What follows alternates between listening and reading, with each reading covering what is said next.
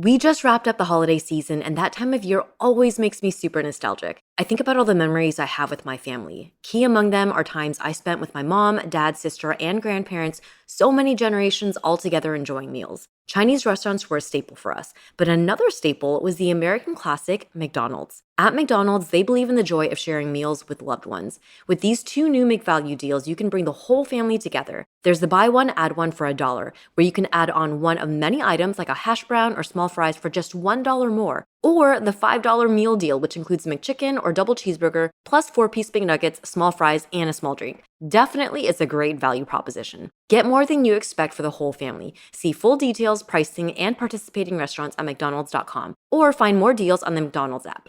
Ryan Reynolds here from Mint Mobile with a message for everyone paying Big Wireless way too much. Please, for the love of everything good in this world, stop. With Mint, you can get premium wireless for just $15 a month. Of course, if you enjoy overpaying, no judgments, but that's weird. Okay, one judgment. Anyway, give it a try at mintmobile.com/switch. Upfront payment of $45 for 3-month plan, equivalent to $15 per month required. Intro rate first 3 months only, then full price plan options available. Taxes and fees extra. See full terms at mintmobile.com. Surprise! It's Janet here. I am back with a special episode in light of February being Gut Health Month. Did you know that? Well, now you do. Hormone and gut health are topics that you all have expressed interest in, so I have dedicated this very special episode to this topic. Before we get into the episode, I just want to share a quick reminder that this show now has its own feed. So if you're currently listening on the Asian Boss Girl feed, be sure to search for Living Well with Janet and subscribe or follow there because all future episodes of this show will be released on that new feed.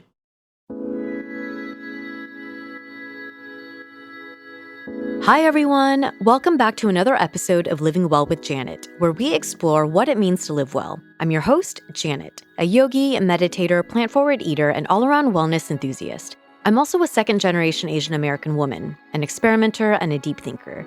Join me in my conversations and contemplations on the physical, mental, emotional, spiritual, social, and environmental aspects of living well.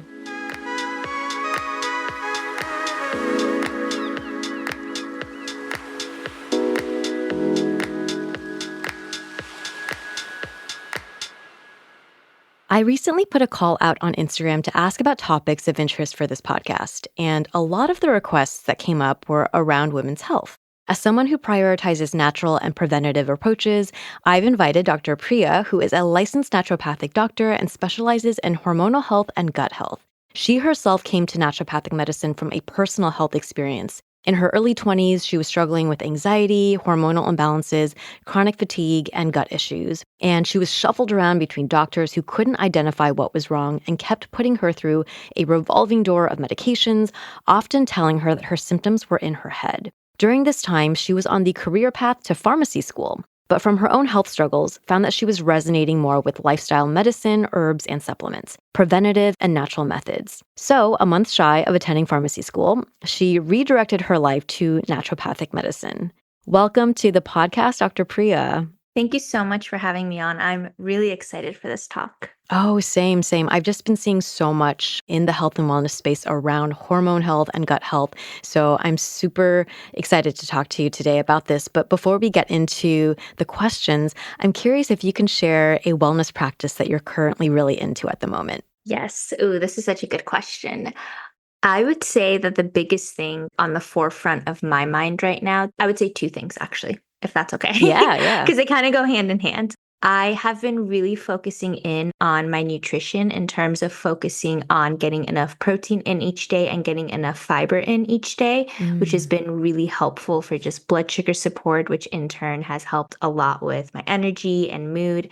And then pairing that alongside more mindful movement and really listening to my body's cues in terms of what's my threshold today for the type of exercise I want to do. So those have been my 2 favorite wellness practices, I guess you could say. Yeah, I love that. I think for myself personally as well, I find that going back to the food and then the movement are my 2 main big pillars. I know there's so much more to wellness, but those are my key pillars as well. So I love to hear that those are things that you're doing. Mm-hmm. So let's get into some questions on hormone health. I'm curious, what are some common hormonal issues that you see in women, especially in relation to like stress or lifestyle factors? And then how do you approach diagnosing and treating these hormone imbalances in women? Like, are there specific lab tests that you use? I think we would just love if the listener is coming to us and doesn't really know about how you practice, sharing kind of what it is that you do when it comes to like hormone health. Yeah, absolutely. Hormones are really interesting because you can kind of think of them as little messengers in your body.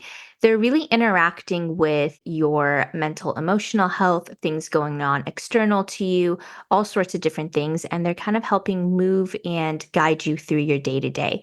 So, oftentimes, hormones, if there's one imbalance, there's going to be other ones too, because they work really Mm, closely with one another. So, one of the biggest things I see is someone will come to me and they'll have a variety of different symptoms. I would say the most common is most women will come to me and they are having a lot of issues with symptoms leading up to their period and during their period. So, a lot of PMS, I see a lot of like mood swings and mood changes leading up to the period, mm, increasing fatigue, maybe acne, breast tenderness, just all those symptoms that people can experience a week or two before.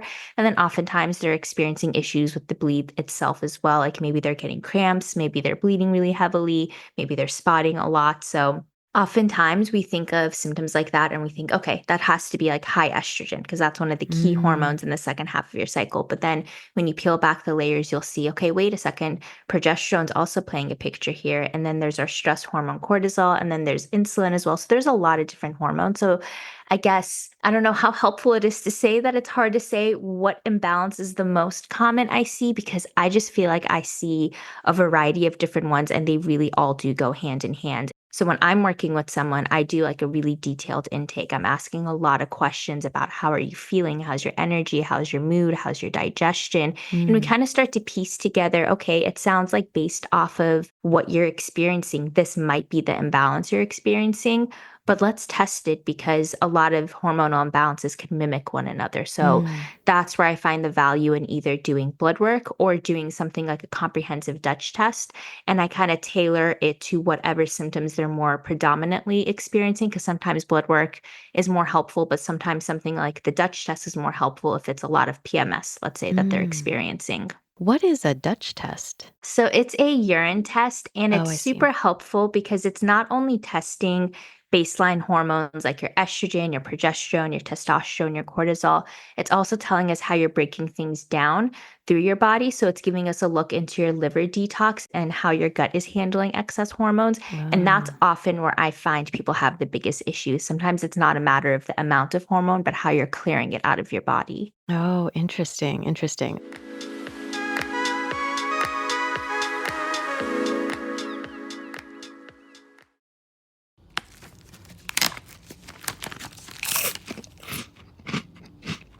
Uh-oh.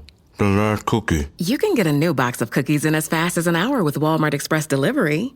Are you my guilty self-conscience? No, I'm the voice offering you promo code EXPRESS for free delivery on your first order. Hey, who ate my cookies?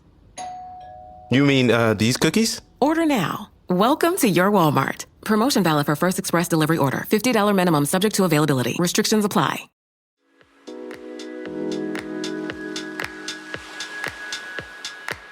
I know, like you've said, that your patients come with you and there's a variety of different things that can happen. But generally, maybe what are some like typical ways that you help to treat once you find that there is a hormone imbalance? I would say lifestyle is always number one. A lot of people will come to natural or functional medicine, and I've almost seen this trend towards green allopathy, is what it's called, where instead of Ah, using medications, it's a whole bunch of supplements thrown at someone. And I think herbs and supplements, of course, have their time and place. They can help undo patterns, but they're never going to fix the long term issue, which usually mm, comes down to lifestyle. So, how are you nourishing your body? Are you the type of person who's eating well-rounded meals throughout the day, or are you skipping meals and then like fueling on coffee and not really supporting your body from a nutritional sense? Are mm. you sleeping well? I think there is, I don't know, I'm not going to assume how old you are, but when I was growing up, I feel like it was in the decade of like, you'll sleep when you're dead mentality. Yes, yes. So that's been ingrained in a lot of us, but sleep is so important. And most people are not sleeping well. They don't fall asleep easily, or maybe they're not staying asleep. So I definitely spend some time optimizing sleep. exercise like we talked about, and definitely the nervous system. I feel like it's the least sexy answer that people want to hear, but I Ah. think stress is really at the forefront of a lot of hormonal imbalances. Yeah, yeah. When you typically work with your patients then, is it like you kind of because you can't be that with them, right? To, like, make sure Mhm. that they're going to bed and that they're eating their meals, so what are ways that you kind of, like, help support them through that? I usually give them pretty, I don't want to say comprehensive in the sense that it's restrictive by any means, but I give them kind of a guide in terms of it would be great if you could Mm, hit 30 grams of protein with each meal. For your vegetables and fruits, these are the ones that are going to be really beneficial for your hormones, for your liver health. Try to rotate these in. And then from there, I give them a lot of suggestions on things that they can do. And it's all like I kind of throw a bunch of things at the person in terms of mm, lifestyle tips. And I'm like, experiment with them because not everything's going to feel good for your body, but find a mm. couple things that work for you and really try to build a habit around it. And I think the biggest thing to encourage people with is, I don't want you to make all these changes overnight. I don't want you to Mm, feel like you have to overhaul your diet and completely change up your routine. Just try for one thing, make it a really strong habit and kind of build from there. And I mm. found that that's more successful because sometimes people will come to me and they want to do everything all at once. And I'm like, you're going to burn out and hate this process and it's Yeah. not going to be sustainable. That is a really, really good point. Yeah, because I think sometimes if you have too many things to do, you'll end up, and maybe it's like you can do it for like a week or so, but there's probably a finite period if you try to do everything at once. So I think that's a very good Mhm. tip for anyone. Yeah, and I also feel like even if you know all the things and you do them all the time, I mean, life happens. And Mm, sometimes you'll go through periods of time where it's really hard to prioritize your nutrition or your movement, or maybe you're not sleeping because there's stressors and there's things mhm, out of your control. And I think the more you could just have that compassion for yourself of, I know the things I mm. should do and I'm going to get there, but sometimes it's hard to get there as fast as I think I should. It's a marathon, not a race, I Yeah. would say, or a sprint, whatever that saying is. Yeah. No, I appreciate that so much. I think that we all need to hear that a little bit more because it's true with so much information out there nowadays. A lot of us know the right things to do, but it can be really hard. Life happens to be able to keep all of those things in line and do them all the time. So giving yourself compassion and grace, I think, is such a nice message to send to help someone like kindly get back on track instead of feeling like they're forcing themselves. So you spoke a bit about like prioritizing lifestyle changes over, say, like herbs or supplements, but are there herbs or supplements that you find yourself prescribing or like asking your patients to take pretty often? Oh, yeah, definitely. I think everyone should be on magnesium. Ah, This is not magnesium. medical advice, by the way, but I do feel like most people need to be on it. Magnesium is one of our essential minerals and it plays a variety of different roles in the body, but unfortunately, it's kind of hard to get from food sources if Mm. you're not being really mindful of consuming foods that are high in magnesium. And I mean, our soils are kind of depleted anyway, so it's hard to get all of that. And the other thing is that your body depletes magnesium when you're stressed. And most of us are really Oh, stressed. interesting. We live in a very like fight or flight type of society where everyone's like go, go, go all the time. So I think most people would, but I've never given magnesium to someone and they haven't felt better. So I'll Oh, say that. yeah. What is like the general rule of dosage? And then do you have any like, is it better to do like liquid, powder? Because I know there's a lot of magnesium products out there now. I usually tell people to start with somewhere around like 200 milligrams, and then the ideal dose is going to be somewhere around 400, but it's really variable for each person. And you want to really pay attention to the form of magnesium you're taking because there is a lot of different magnesiums out there, but not all of them have the same action. And a lot of the ones in the grocery store are not good quality and they're not doing a Mm, whole lot of anything. So for someone who, let's say, is experiencing sleep issues or anxiety or PMS, magnesium glycinate is a really good form to take. For someone who wants a little bit more like focus and cognition support, or maybe you struggle a lot with like headaches, magnesium L-threonate is a really good form. And then for someone that's having more digestive issues, magnesium citrate is helpful. It's not a mm, long-term solution. It's good for like short-term constipation, but mm. just to get things moving, sometimes I'll have patients start on that while we work on figuring out why their digestive system is struggling. Yeah, yeah. So you mentioned grocery stores maybe not great. Do you have any particular brands that you would recommend? I really like Pure Encapsulations, Thorn, Vital Nutrients. Really, any of the brands that you can find on a website called Fullscript is going to be a good bet because Fullscript does a lot of third party testing and they're making sure that all the supplements they bring on are medical grade supplements because supplements aren't regulated, and Yeah. there's a lot of supplements out there that have a lot of fillers in them or might not have everything they need in them. Like I know there was a study done on, I think berberine it was, during the peak of the craze, where they went in and tested a variety of different berberine supplements at the grocery store, and a lot of them didn't have enough of what they claimed to have on their bottles. So just be mindful of who you're sourcing from. Yeah. That's a very good word of, I guess, like warning. And then fullscript.com is the place that you said is good to kind of check out and vet your supplements. Yeah.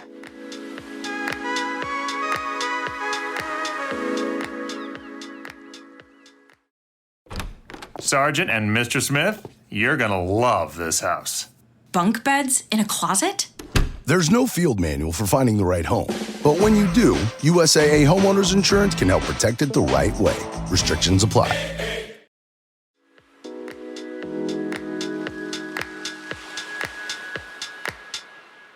So you spoke a bit about helping people through PMS, or is it PMDD, different issues that relate to the menstrual cycle.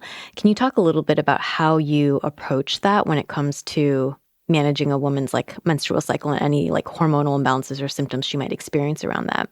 Yeah, definitely. I think that's when bringing in short-term herbs is really helpful if we know what the imbalance is, because there's certain herbs that are super helpful for certain hormonal imbalances. Let's say someone has low progesterone levels and that's causing a lot of PMS for them, a lot of like mood symptoms before their period. Maybe they're not, maybe they're struggling with fertility and, things of that nature, what we associate with low progesterone. There's an herb called Vitex, which is really, really helpful for it. So we can kind of pair that together and say, okay, we're going to try to figure out why your progesterone is low. A lot of times it's because of stress, but in the meantime, here's an herb that's going to help get you to that point that you want to be at sooner rather than later. So I think that's where the beauty of these herbs comes from. And then on the flip side, I feel like estrogen dominance is always an issue with a lot of women, especially PMS, heavy periods, cramps, and that's when all the liver supportive herbs are super helpful. Ah, okay, great. So when it comes to managing menstrual cycles, you feel like the herbs and the supplements can be a really great tool. Yeah, it'll help move the needle because most often by the time I'm working with someone, they've been experiencing the symptoms for a long time. So the lifestyle changes are really important for that long-term success, but it's almost like you're stuck a little bit in those patterns. So then these herbs are really helpful to just get you out of those patterns, if that makes sense. Yeah, that makes a lot of sense. Well, along the lines of kind of talking about like the women's menstrual cycle, something I've been reading up more on recently since I just turned 39 is perimenopause. And for any listeners who maybe haven't heard of this term, it's really the transitional period before a woman hits menopause. So it typically starts in your 40s, but sometimes it can start in your late 30s. And during this time, like estrogen levels fluctuate, hormone changes can prompt a lot of symptoms. I'm curious if you could share with us from your experience, like how does one determine if they are going through perimenopause and what are some ways to like manage it? You can first start with looking at your symptoms and your cycle. So typically what will start to happen is your period cycles are getting a little bit irregular. Maybe you're getting your period more frequently. Maybe you're skipping your period every so often. So you were starting to see those irregular patterns coming up because that estrogen is fluctuating. And then often with that, you'll start to experience symptoms like the hot flashes, the mood changes, the sleep issues. Maybe there's metabolic changes happening to you where you're noticing more stubborn weight gain. So those are pretty typical symptoms that someone might experience going into perimenopause and then eventually menopause. And in that state, if you're suspecting something like that is happening, the age range is matching up, that's when doing lab testing to confirm it is really helpful because then if you're testing your FSH and your LH, you can see if you are getting into perimenopause because usually if you're testing FSH and LH at the right time of your cycle, around day 3 of your cycle, they should have like a pretty close 1-to-1 ratio to one another. But when you're getting into perimenopause and menopause, we'll see FSH start to spike up pretty high. And that could be an indicator that you're moving towards perimenopause. Ah, okay. Those are great tips to have. So noticing those symptoms, and then if you do feel like those are matching up, then going to your doctor and getting a proper like blood test to see if those levels are indicating that. Yeah, exactly. If you do realize you're going through perimenopause, like what are some ways that you generally would recommend someone kind of manage the experience of it? There's usually 2 different routes that you can go down, and I do support patients through either one depending on what their preference is. The first one is a completely natural route where we're really working with like supplements and herbs to help navigate the next steps. And so anyone that's going through perimenopause, when we're thinking about your hormone production, your estrogen, your testosterone, that's happening in your ovaries and in your eggs during your reproductive years. When you're moving into perimenopause and menopause, you're not going to be able to produce those hormones through your eggs anymore. So then it falls back on your adrenal glands, which are producing they're producing DHEA and cortisol, which are known as your stress hormones. That DHEA can break down into estrogen and testosterone. So then supporting your nervous system and that gland in particular becomes really, really important in perimenopause. So herbs like maca are super helpful because they help support the HPA axis. So then a lot of women feel relief in symptoms with that. And then there's other herbs too, like black cohosh is really good, red clover is really good. And so sometimes I'll walk patients through that step. We're using the herbs, we're using a lot of like lifestyle changes in terms of getting them to do more strength training, really focus in on their protein intake, just really optimize everything. But if they're still really struggling, then we have a conversation around bioidentical hormones, if it makes sense to them, if it's safe for them, and if they want to move down that route instead. Oh, what are bioidentical hormones? I don't think I've heard of that before. So it's similar to hormone replacement therapy, but the hormones are coming from natural sources and not synthetic sources. So it's the same estrogen and progesterone that you'd be taking, but it's a little bit more natural. And so sometimes I'll have people start on a topical estrogen gel and then oral progesterone, and then they're feeling pretty good. Mood-wise, energy, sleep, all of that going into perimenopause and menopause. Okay, great. So it's good to know that those are options. Yeah. Great. I'd love to talk a little bit now about how gut health impacts hormone regulation. Could you talk a little bit about this connection and how you address it? Absolutely. So when we're thinking about your hormones, there's obviously one end of it where you want to be producing enough hormones. So that's really important. And then on the other end of it is how you're detoxing hormones out of your system. So anytime you have buildup of hormone, your body's naturally excreting it. And that happens first in the liver and then it goes to the gut. So if your gut's not functioning well, if you have a lot of issues with constipation, maybe there's a lot of inflammation, maybe you're experiencing a lot of bloating, just any type of gut symptom, that's an indicator that one of your detox organs is not operating efficiently. You should be having daily bowel movements, well-formed, easy to pass, no issues, no major symptoms really on a day-to-day. And so if you are experiencing digestive issues, that's the first line that it could start impacting your hormones. And then from the other end of it is your gut health is kind of like the foundation of your overall health. And so it's really making a huge impact on your nervous system, your inflammatory levels, your immune system. So if there's some type of dysregulation going on in the gut, all those other systems are going to be not functioning well either. There's going to be an increase in inflammation in the body. There's going to be stress on the body, and all of that will negatively impact your hormonal health too. Oh, wow. So the gut is really kind of the core of the source, I guess, where it can lead to a lot of things. Yeah, the gut and the nervous system are the two areas that I work on with everyone, regardless of what they come to me with. Like, they can tell me X, Y, and Z symptoms, and I'm going to be like, well, let's work on optimizing your gut and see how those symptoms play out in the aftermath. Yeah, yeah. So I am curious, like if a patient comes to you with any like gut issues, how do you generally approach like the diagnostic process and all of that? I usually do a comprehensive stool test to start, and some people have some level of familiarity with it because they've probably done stool tests through their regular doctors. Those stool tests, I usually tell them, are testing for things like E. coli or salmonella, which, unless you're super symptomatic with food poisoning, that's not going to come up on your stool test. The types of tests I run are looking at your full gut microbiome terrain, so the good bacteria, the bad bacteria, your digestive markers, if there's any yeast overgrowth. So it's very comprehensive, and so we'll do that, and then depending on what imbalances come up, we start to tackle those. Okay, got it. So it is also a panel or a test where you're able to hone in on the specific issue. Yeah.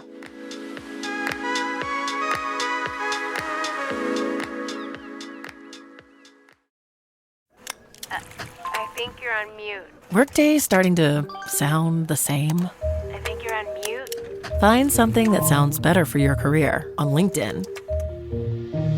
With LinkedIn Job Collections, you can browse curated collections by relevant industries and benefits, like flex PTO or hybrid workplaces, so you can find the right job for you.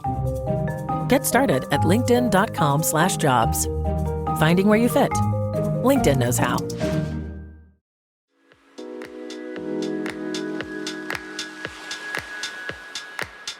You did already talk a little bit about how like everything kind of stems from the gut, including like hormone health, but could you speak a little bit more about like the microbiome and how that, plays into the role of overall hormonal health? Yeah, the microbiome is all the different organisms that are within your gut. Most of them are housed in your large intestines. And so they're playing a really big role in how you're absorbing your nutrients. The byproducts they're creating are supporting your immune system, and they're helping maintain like the integrity of your gut lining as well. So there's so many different things that they're doing. I mean, we know that there's the big gut brain axis as well. So they're impacting your mood and your nervous system. Like, I feel like that gut bacteria really has its hands dipped in like every single one of your health jars, essentially. So every system, I think I could probably link back to something that the gut microbiome is doing. So it's super important for your overall health and well-being. And so there's so many ways that it could impact your hormonal health. I mean, just from the most basic standpoint of if you're not absorbing nutrients well through your gut, you could be deficient in essential things that your hormones need in order to function well, like B vitamins, or let's say zinc or magnesium. So there's just from that angle alone, that could be making an impact on your hormones. Yeah. And what, for anyone out there who might maybe doesn't quite feel familiar with the microbiome, what are some senses or symptoms to know that your microbiome is like off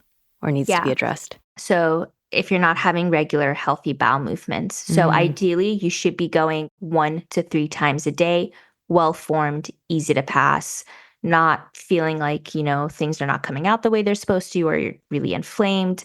Bloating is an issue too. If you're noticing a lot of bloating, a little bit of bloating after meals is normal. I mean, you're ingesting food, there's food where there wasn't. So a little bit of distension is totally normal. But if you feel uncomfortable or it's lasting more than like a couple of hours, that's a sign that something's going on. Skin issues is really big too. People often miss the connection between the skin and the gut. But for anyone struggling with like eczema and acne, that can often come back to gut health as well. Abdominal pain, nausea, just all those digestive symptoms. Okay. Those are good to look out for. So I know that it's, every patient is unique and every situation is unique, but are there kind of general dietary changes that you usually recommend to someone to improve their gut health? I usually tell people, take a look at your diet and like be honest with yourself. How much of it is actually whole foods that are really nourishing and how much of it is a lot of processed foods? Because when we're looking at processed foods, and I'm talking like ultra processed foods, not like a can of beans or something, but when we're looking at a lot of those packaged foods, they're often really devoid of nutrients. And on top of that, they could have more inflammatory ingredients in them. So that's causing an issue for the gut. Alcohol consumption is a big one too. So I often tell people like try to cut back on your alcohol consumption and then really again focus in on more whole foods, more anti-inflammatory foods. Like really try to aim for fruits and vegetables that pack a punch. So that's often like your red and purple pigmented fruits and veggies, your cruciferous vegetables, your citrus foods. Those are all really beneficial. And then this next step is a little 50-50 because if you have a ton of imbalances in your gut microbiome, it's not going to feel good. But if your gut just needs a little bit of support, adding in fermented foods and prebiotic fibers is a really helpful way to help your gut microbiome overall. So fermented foods are basically like the food version of probiotics. And then the prebiotic foods are specific fiber-rich foods that feed the good bacteria in your gut. Okay. All such helpful information. Dr. Priya, I'm curious how you typically address common gut issues like bloating, IBS, or SIBO. So when it's getting to a point where we can safely say, okay, we've done what we can through lifestyle and diet and your symptoms are not improving, then we'll do the test, we'll do a stool test, and then we start tackling it with specific herbs and supplements. So the approach that I take is different depending on what type of imbalance comes up. So for someone that has SIBO, that's going to be bacteria that's growing in the small intestines. Again, we want the majority of it in the large intestines, not the small intestines. So a lot of herbal antimicrobials, things like oregano oil might be helpful, berberine, but I really match it to the type of bacteria you have in overgrowth. So you want to be really mindful of that. Same with like if there's bacteria imbalances in the large intestines, I usually match whatever is in overgrowth to the herb that's going to be the most effective. So we kind of go through a few weeks of doing the antimicrobials, and then in the aftermath, we bring in good quality probiotics, gut lining support, kind of like healing and sealing up the work that we did. Okay, great. So we did talk a little bit about like the gut brain connection or gut-mind connection. So I have a couple questions that I kind of want to dig into that a little bit more. Firstly, I don't know if this is related or unrelated, but could you discuss a bit about the relationship between stress and gut health? Yeah. They have a really cyclical relationship with one another because stress makes a really big negative impact on your gut microbiome. The first thing that it does is it reduces your digestive capability because you're not putting out as many digestive enzymes and maybe stomach acid when you are eating your food. When you're stressed out, I referenced this a little bit earlier, but you're in fight or flight mode. And so your nervous system, you're either operating in the fight or flight mode or the rest and digest mode. So that's either the sympathetic nervous system or the parasympathetic. If you're super stressed out, your body's not going to be allocating enough resources to digestion because it's kind of in this, we got to run or fight something off mode. Whereas when you're relaxed and in the parasympathetic nervous system, known as rest and digest, your body's prioritizing other functions like digestion. So that's the first layer that we start to see. And then beyond that, chronic stress does increase inflammation in the body, and that inflammation can cause overgrowth of bacteria that we don't want in the gut microbiome. And then we run into the issue of now the gut's in a little bit of chaos, and that's further feeding into inflammation in the body. And then that negatively messes with our stress response too. So it starts to become really cyclical in that way. Oh, wow. Yeah, I did not think about, I have heard of, it was interesting to hear you break down kind of the immediate, when you're in a high intense fight or flight mode, it makes sense that your body doesn't have the proper resources to make other things function. But yeah, the chronic stress and how that can play a role and make it cyclical is also a really good word of warning, I think, for anyone out there who needs more prompting to manage their stress. Yeah, definitely. And stress is such a hard one because I know that life is stressful and our society is very high stress too. So it becomes a matter of how do you most efficiently handle your stress? And it's so different for each person. But I think that's the whole beauty of naturopathic medicine in a way, is that we really kind of what we've talked about this whole time is you really can't single out one area of health without also examining all the other areas that are playing a role and how everything's feeding one another too. Yeah, it is all interconnected.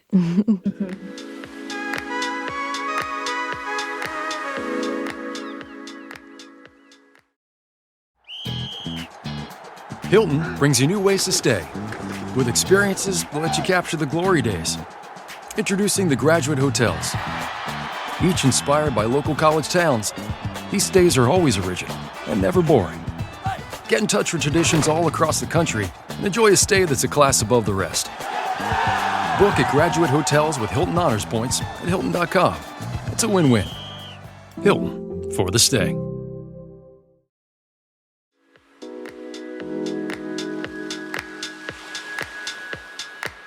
How can gut health issues impact mental health specifically? So I know we talked about stress, but maybe if there's mental health related issues that come up, in what instances do we find there's a link to the gut, and what treatments do you usually use to address that? I would say the most common way that it probably impacts it is through nutrient deficiencies alone, because when we start thinking about the nervous system and mood regulation, there's a lot of really essential nutrients that your body needs in order to have all those processes take place. I keep thinking to B vitamins in particular, B6 is so important for mental health. And oftentimes if someone's not digesting well, they could be deficient in a lot of these really important nutrients that your mental health needs. But taking it a step beyond that too, there's certain overgrowths that we can tie back to certain conditions. So I think one of the biggest ones that I usually see is the link between anxiety and candida overgrowth. Candida is a yeast, and it's normal to have in small quantities within the gut, but it's an opportunistic infection. So what that means is it takes advantage of a weakened gut and it can go into overgrowth. And this is another one of those cyclical relationships, unfortunately, because stress can cause an overgrowth of candida, and then candida can actually increase anxiety. So a lot of times people that have a candida overgrowth, they notice more irritability and anxiety that feels a little more out of their control, lots of sugar cravings, lots of just feeling inflamed overall. Those are some pretty hallmark signs of it. Oh, wow. And is that usually when someone will come to you, is if they feel like they're feeling these symptoms, and then sometimes the diagnosis will be it's candida? Yeah. Yeah. Okay. curious if there are any red flags in daily habits that you see often which affect hormone or gut health. Oh, yeah. I would say the most common one I see is the people that are skipping breakfast and just powering through with coffee all day long. That is really going to mess with your hormones. A lot of women come to me and they're like, I just don't feel hungry first thing in the morning, or I don't have time to eat in the morning, or I just don't want to. I haven't eaten breakfast in forever. I just have like 2, 3 coffees and power through my day until maybe like 3 p.m. And then they're also but feeling very low energy and cranky and irritable and like maybe a little dizzy and like all the things that we associate with blood sugar dysregulation. And so I would say that's probably one of the biggest things I see. And then the second habit is not getting enough protein in. Okay, so the importance of properly nourishing ourselves is is really important. Yeah. Which actually leads me to my next question, because I know that there's all this like talk of like intermittent fasting as a dietary trend, but I'm curious, like coming from a women's health perspective, what are your thoughts on that in terms of like intermittent fasting for women and hormone and gut health? I think it's variable and it depends on what hormonal imbalances you have. So I know for some individuals, like let's say there's a big picture of like insulin resistance, it can be helpful, not a long intermittent fasting window, but it can be helpful in metabolic conditions.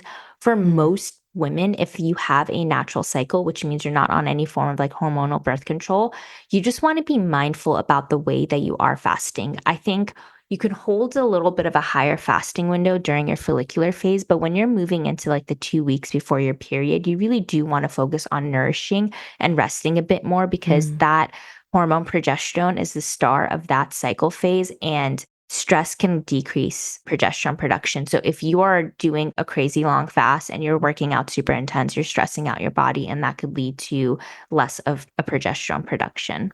Okay, those are very wise words to offer. So as a parting kind of like conclusion, like topic, I would love if you could share for my listeners, we kind of range in age, mostly women, but I'm sure maybe some men are listening, women in their like 20s, 30s, and some in their early 40s.